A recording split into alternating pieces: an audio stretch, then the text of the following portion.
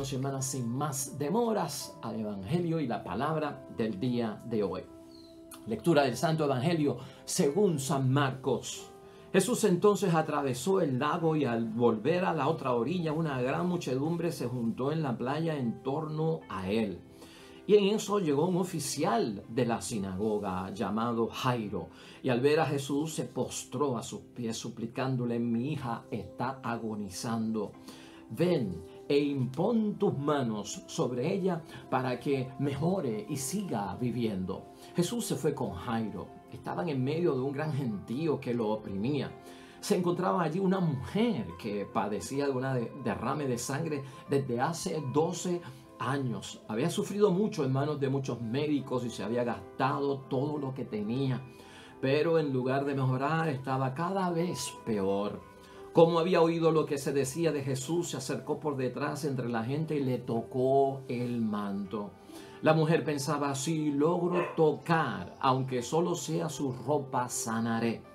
Al momento cesó su hemorragia y sintió en su cuerpo que estaba sana. Pero Jesús se dio cuenta de que un poder había salido de él.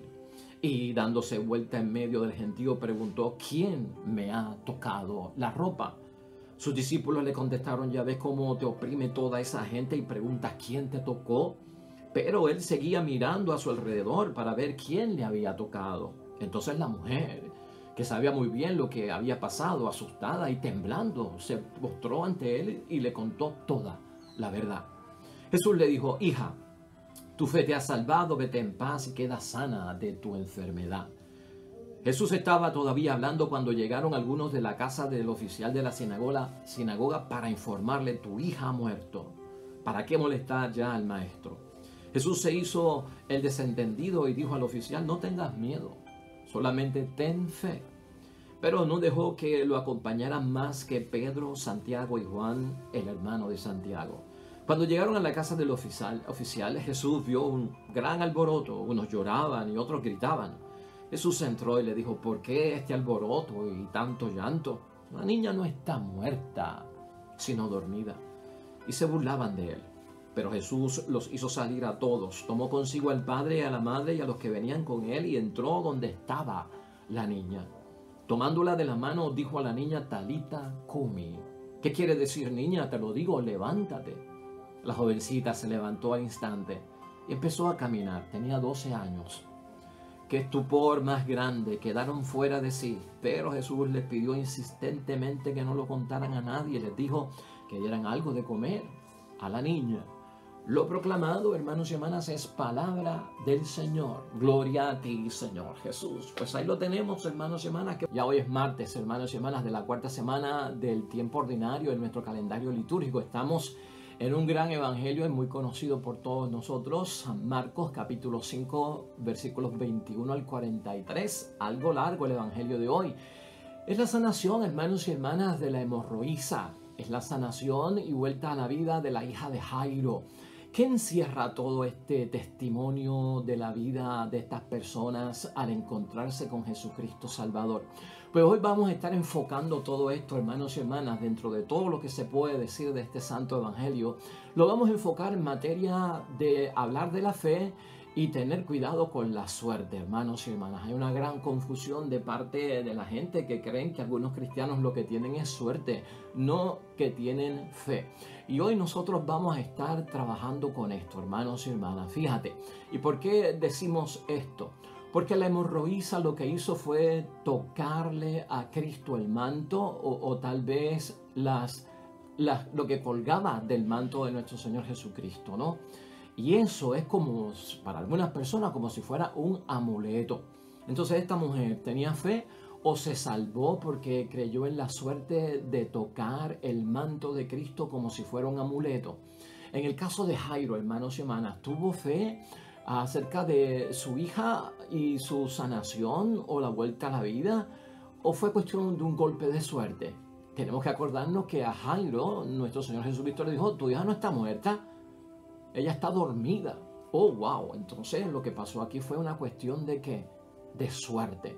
Vamos a trabajar con esto, que es un evangelio que muchos utilizan para confundir. La fe es una cosa, hermanos y hermanas, la suerte es otra cosa, y jamás la fe se define como la suerte. De hecho, hermanos y hermanas, cuando venimos a contemplar la suerte, la suerte es algo que depende del destino, hermanos y hermanas. Y en la suerte, y el que cree en la suerte realmente no aporta nada para adquirir lo que está buscando o el propósito que quiere conseguir. La suerte, hermanos y hermanas, en muchos momentos depende de la superstición. La suerte en muchos momentos depende de amuletos, hermanos y hermanas. Y por lo tanto, esas cosas son las que crean el estado de ánimo de espera. El que tiene suerte tiene que buscar que esto es cuestión del destino, de la superstición y de los amuletos, para así estar en un estado de ánimo de que va a alcanzar lo que está buscando. Así que, hermanos y hermanas, la fe no equivale a la suerte. Y hoy lo vamos a ver, hermanos y hermanas, y lo vamos a discutir dentro de 7 puntos básicos de la fe que emanan del Evangelio de hoy. Así que vamos a estar presentando 7 básicos de la fe que se ven en este Evangelio. Hay muchos más, pero estos son los que vamos a considerar hoy. En el caso de hoy, la palabra de Dios, hermanos y hermanas, es el testimonio de la fe contra toda esperanza. Aquí hay 12 años en cada uno de estos eventos, 12 años de la hemorraísa que lleva enferma con un flujo de sangre que no termina y una niña de 12 años que perdió su vida por una gran enfermedad. Fe contra toda esperanza, hermanos y hermanas. Aquí este evangelio de lo que se trata, y para profundizar en la fe, es recibir lo que otros no se atreven a pedir. Son ejemplos clásicos, hermanos y hermanas, de la vida de milagros de nuestro Señor Jesucristo, donde la gente, al pedirle a nuestro Señor Jesucristo, reciben lo que otros no se atreven a pedir, porque el que no pide pues está buscando que la suerte, porque el que vive de la suerte no pide nada y no tiene que hacer nada. ¿Qué opinamos nosotros de lo que está pasando con la hemorroísa? ¿Qué opinamos nosotros de lo que está pasando con Jairo en este caso, hermanos y hermanas? Lo que tenemos que saber es que aquí también se da algo muy importante, que no se obtendrá sino pasando por encima de ciertas normas. Es bien clave esto, hermanos y hermanas, ¿no? Recibir lo que otros no se atreven a pedir y también recibir lo que no se puede obtener de otra forma que no sea pasándole por encima a las normas comunes, a las normas que son impuestas. Y ese caso está bien claro en la palabra de Dios hoy. Esta mujer, la hemorroísa, hermanos y hermanas, está clasificada como una mujer que vive dentro de la impureza porque no se puede purificar con esta situación del flujo de sangre constante que no para. Era clasificada como impura de acuerdo a la ley del Antiguo Testamento, el Levítico 15, versículo 19. Y por lo tanto, hermanos y hermanas, no solamente es impura, en el caso de hoy comete un sacrilegio lo que ha hecho esta mujer. Es impura de acuerdo al Antiguo Testamento, hace impuros a todos aquellos a quien toque. O sea que la mujer está rompiendo normas, porque la mujer impura tiene que quedarse a distancia, no se puede meter donde haya mucha gente, porque al entrar en contacto con ella hay una impureza legal que cae sobre las personas. Entonces, hermanos y hermanas, no se le permite de ninguna forma estar y mezclarse con la gente. Por lo tanto, hermanos y hermanas, aquí lo importante es ver que esta mujer rompe las normas, tiene un desafío enorme en conseguir lo que quiere a toda costa, porque ya no tiene otra esperanza, va contra toda esperanza. Y por lo tanto, los flecos del maestro, hermanos y hermanas, son una señal para ella muy grande. Los flecos del traje, de la vestimenta, de la túnica de nuestro Señor Jesucristo son sagrados, de acuerdo a la ley de los judíos. Representan a Dios y también representan a la ley. Tocar esos flecos por parte de una mujer que es impura, de acuerdo a Levítico 15, versículo 19, era caer en sacrilegio. Contra toda esta esperanza, bebé, pasándole por encima todos los impedimentos, incluso religiosos, porque esos impedimentos eran religiosos, los de la impureza, los del sacrilegio. Pasándole por encima todo eso, esta mujer va buscando lo que quiere. No es eso de tocar los flecos, hermanos y hermanas, es lo que motiva desde adentro a esta mujer, que ya empieza a dar signos de que tiene fe en nuestro Señor Jesucristo. Jairo, por su parte, hermanos y hermanas, pasa desde una situación donde pide sanación para una hija enferma que está en peligro de muerte, claro está, y lamentablemente la niña de la enfermedad pasa y perdió la batalla y entonces muere. Por lo tanto, hermanos y hermanas, ante el hecho de que no tiene vida, los amigos le dicen a Jairo: mira, ya no molestes al maestro, ¿no? La niña ya está muerta. Y ante la muerte, hermanos y hermanas, Jesús es el que anima a Jairo. Esto no es cuestión de suerte, esto no es cuestión de superstición, esto no es cuestión de amuleto, esto no es cuestión del destino. Es el mismo Jesucristo quien anima a Jairo a que no renuncie a su pedido. En aquel tiempo, hermanos y hermanas, nadie, y ni religión alguna, se atrevía a tratar de revivir a una persona fallecida, a un muerto. Nadie se atrevía a hacerlo. Nadie contaba con esa realidad. ¿Por qué? Bueno, porque encontraban que eso era imposible hacerlo. Eso ni se podía tan siquiera pensar. Y otros pensaban que era ir en contra de los límites fijados por parte de Dios, que es el Señor que da la vida y que da la muerte. Y si ha muerto, es voluntad de Dios. No trates de traerla otra vez a esta vida. Así que Jairo, hermanos y hermanas, pudo haber caído lamentablemente en esa limitación, pero Jesucristo mismo es el que lo anima. Ten fe que tu hija no está muerta, sino que está viva. Y esa está enferma. Y ese decirle que está enferma es porque Cristo ya cree. Cristo tiene fe, o sea, no está muerta. Simplemente está dormida. La vamos a despertar. Estás viendo cómo se mueve todo este asunto, hermanos y hermanas, dentro de una fe en seguridad y no, pues, tal vez una fe que se mueve dentro de situaciones de destino, ¿verdad? De supersticiones. Aquí es importante saber, hermanos y hermanas, que la gente que estaba en la casa de Jairo se burlaron. O sea, la hemorroísa va por encima de las normas que había en aquel tiempo para lograr su objetivo. Y también Cristo como Jairo tienen que pasarle por encima a la burla de aquella gente que entendía, aquí nadie ha resucitado muerto, así que este hombre tiene que estar fuera de sí. Comprendido eso, hermanos y hermanas, la fe contra todo tipo de esperanza que pueda haber por las limitaciones humanas que tenemos en la vida y recibir lo que otros no se pueden o no se atreven ni tan siquiera a pedir, pasemos entonces a la diferencia de la fe en términos de que no es suerte.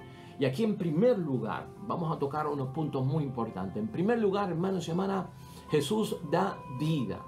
Y al dar la vida a nuestro Señor Jesucristo, esa fuerza sale de Él para dar la vida. Por lo tanto, eso se conoce como una virtud, hermanos y hermanas.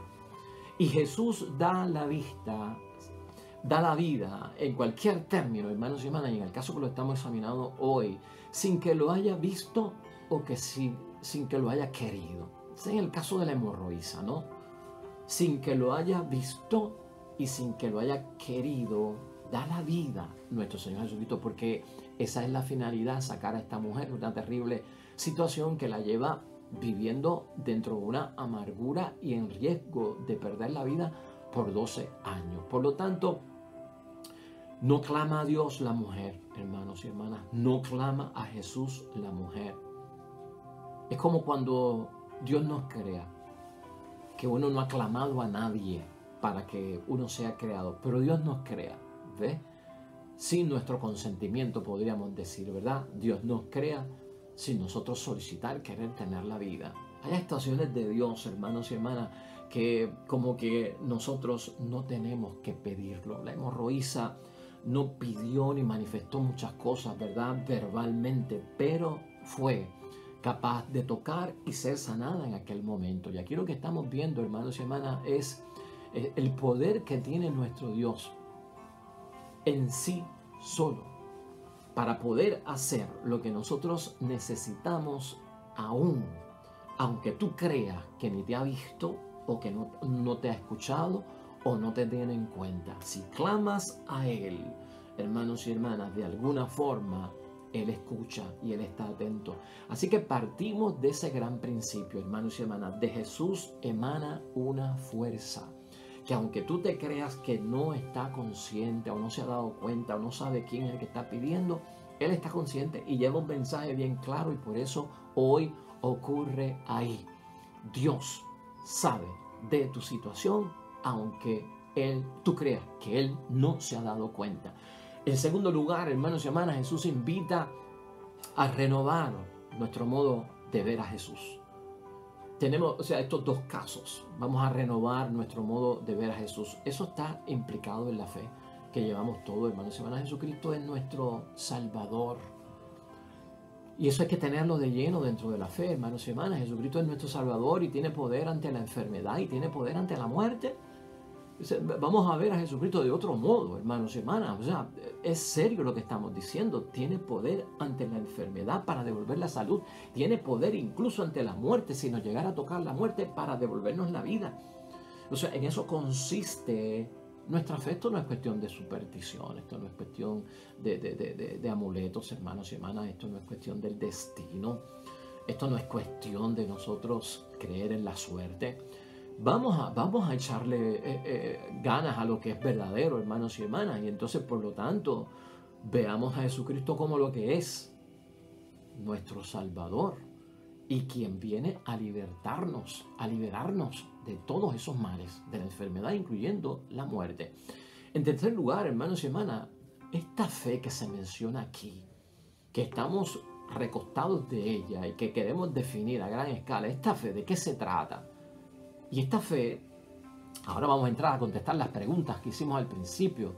Lo que significa es que por más mal informada que esté la fe, hermanos y hermanas, los enfermos consideran a Jesucristo que es un hombre de Dios en estos casos.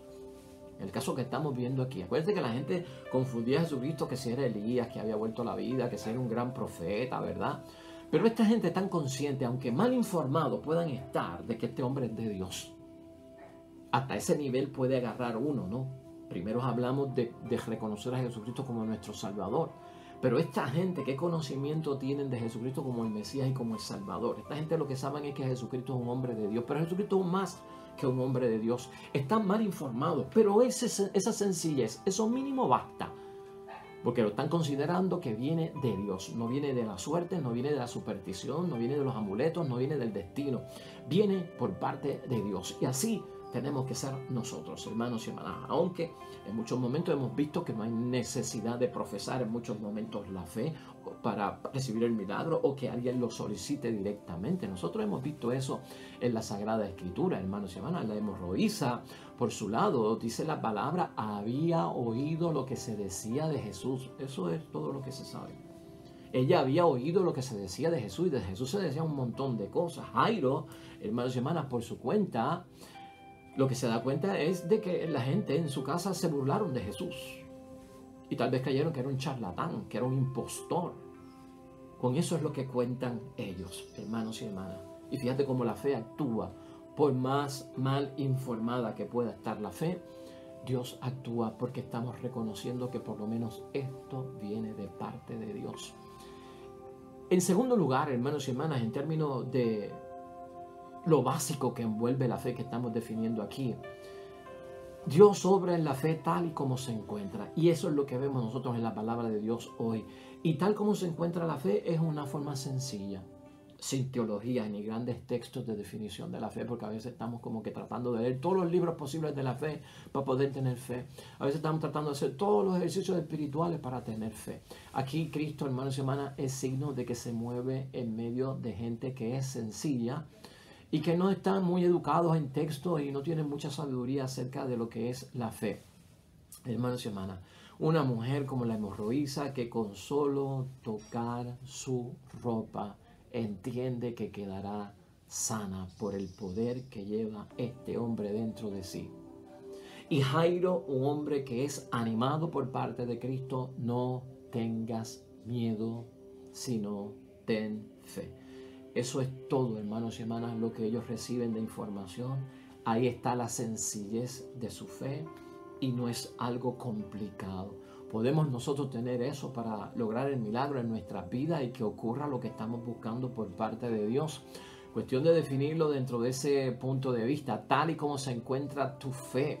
Ahí obra nuestro Dios. No lo compliques, hermanos y hermanas, no lo compliques, porque si Dios no lo complica, no lo compliques tú. Es lo que está diciendo la palabra de Dios. En quinto lugar, hermanos y hermanas, en el Antiguo Testamento ocurre algo muy interesante que tenemos que tener en cuenta también. Aquí en el Antiguo Testamento hay pocos milagros, no hay tantos milagros como en el Nuevo Testamento. En el Antiguo Testamento hay pocos milagros, pero en el Antiguo Testamento, en cuanto a los milagros, no se pone énfasis en la fe del que pide tanto. No se pone mucho énfasis en la fe del que pide. Y esto es un buen punto que tenemos que considerar. sino que, hermanos y hermanas, la fe va a depender de el carisma que tiene el profeta para pedirle a Dios el milagro. Quiere decir que hay un mediador. En el Antiguo Testamento hay un intercesor, ¿no? El Antiguo Testamento no pone tanto peso en la persona que pide, aunque hay un peso, ¿verdad?, en ello.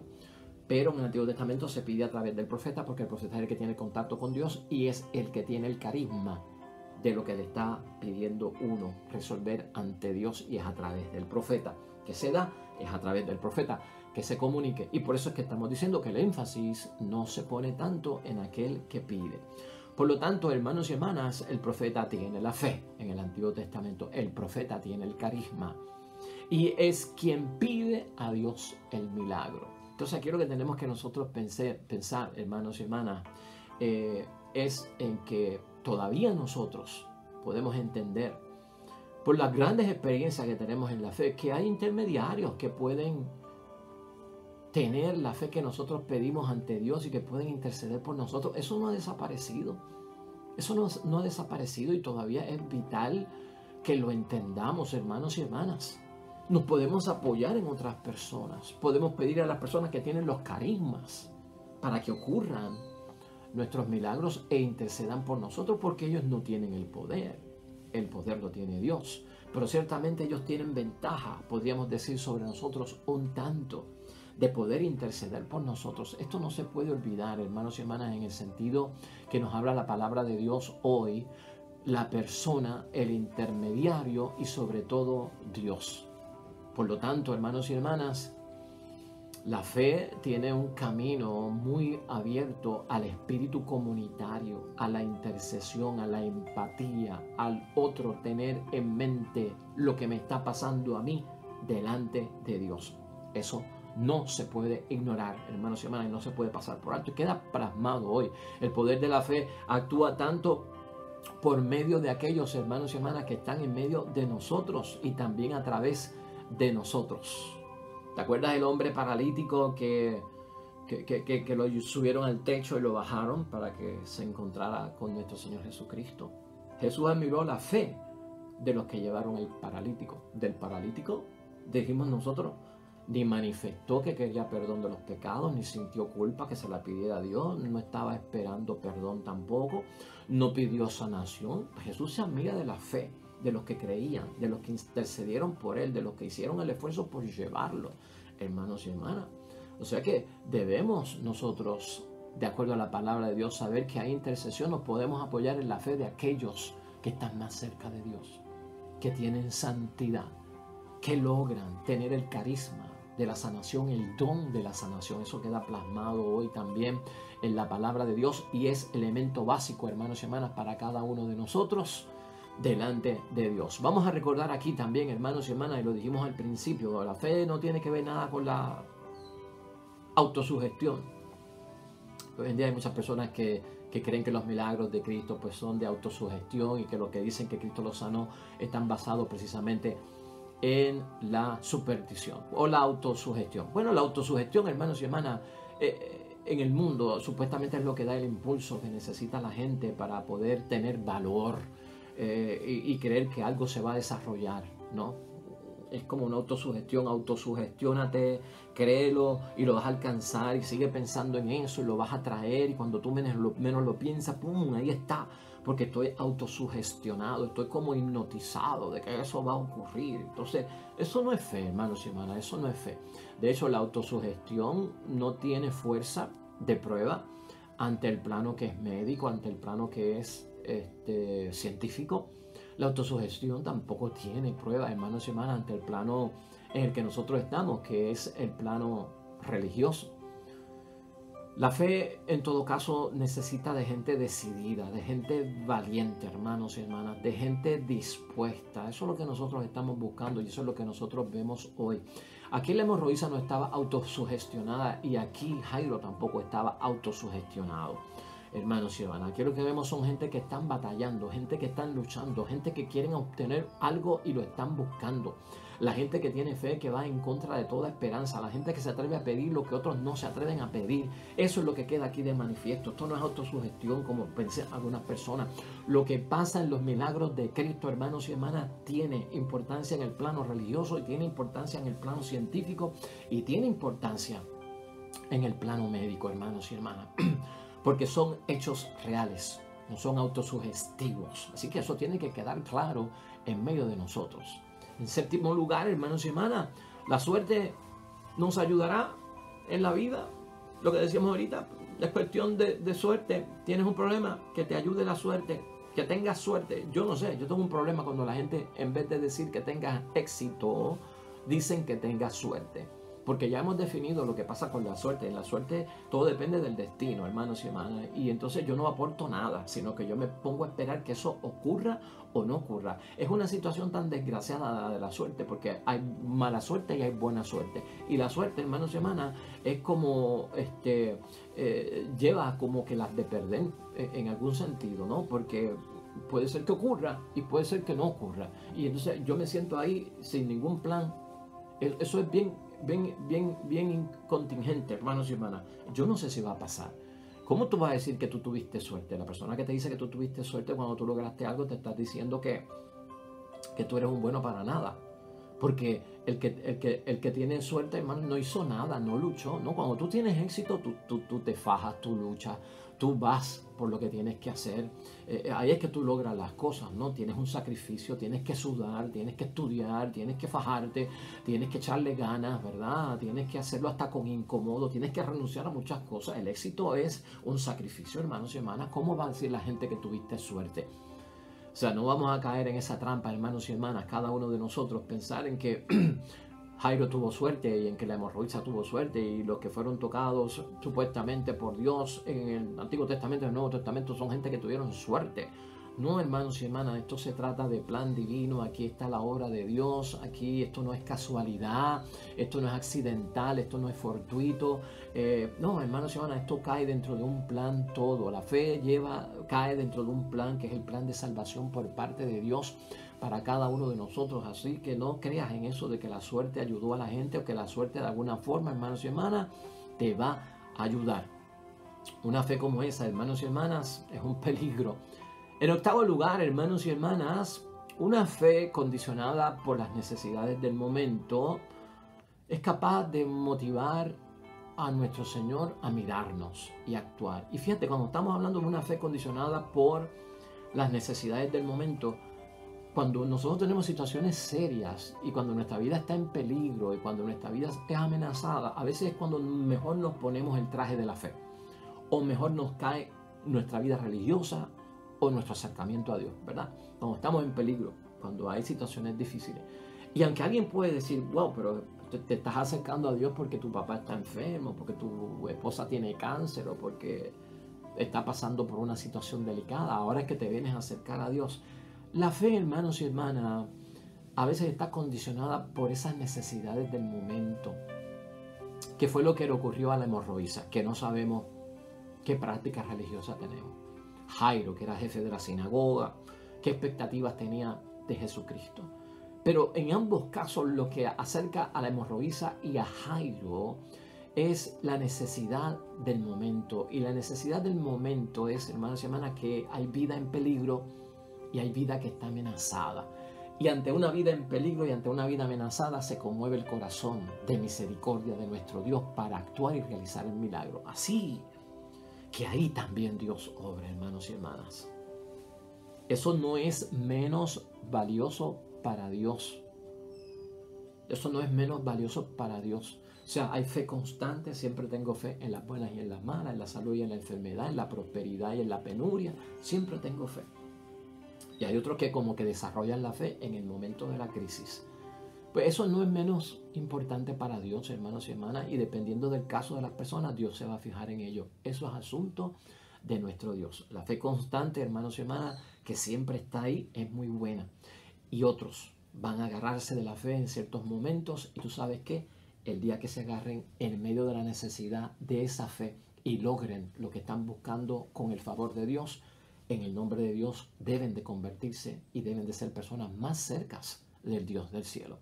Finalmente, hermanos y hermanas, y ya este es el último punto, el 9, Dios, hermanos y hermanas, saca a uno de apuros. Y eso también es elemento constitutivo de la fe. Y por eso pedimos ayuda, nos sentimos débiles y estamos buscando el auxilio divino. Dios saca de apuros. Ahí Dios también está. Y Dios como que reconoce la idea, hermanos y hermanas, que tenemos de Él, de que Él nos saca de apuros. O sea, Dios como que la reconoce. Si tú te mueves dentro de una fe que dice, caramba, yo quiero salir de un apuro, debo de profundizar mi fe, válido, hermanos y hermanas, válido. Porque sacar de apuros es liberar. Sacar de apuros es sanar. Sacar de apuros es dar la vida. Sacar de apuros es perdonar pecados. Sacar de apuros, hermanos y hermanas, es salvación. Así que tal vez son palabras humanas, pero si me acerco a la fe y crezco en la fe y la profundizo porque quiero que Dios me saque de apuro, algún bien hay dentro de todo eso. Y la fe se expande, se profundiza, madura para conseguir lo que Dios nos está prometiendo. Así que, hermanos y hermanas, la fe no es cuestión de suerte. Hemos visto y hemos analizado esto tan positivamente que yo espero que tengamos bendición. Claro, a mi humilde juicio, y hay muchas más cosas que se pueden decir de este texto y las vamos a decir en el mañana. Vamos a orar a Dios.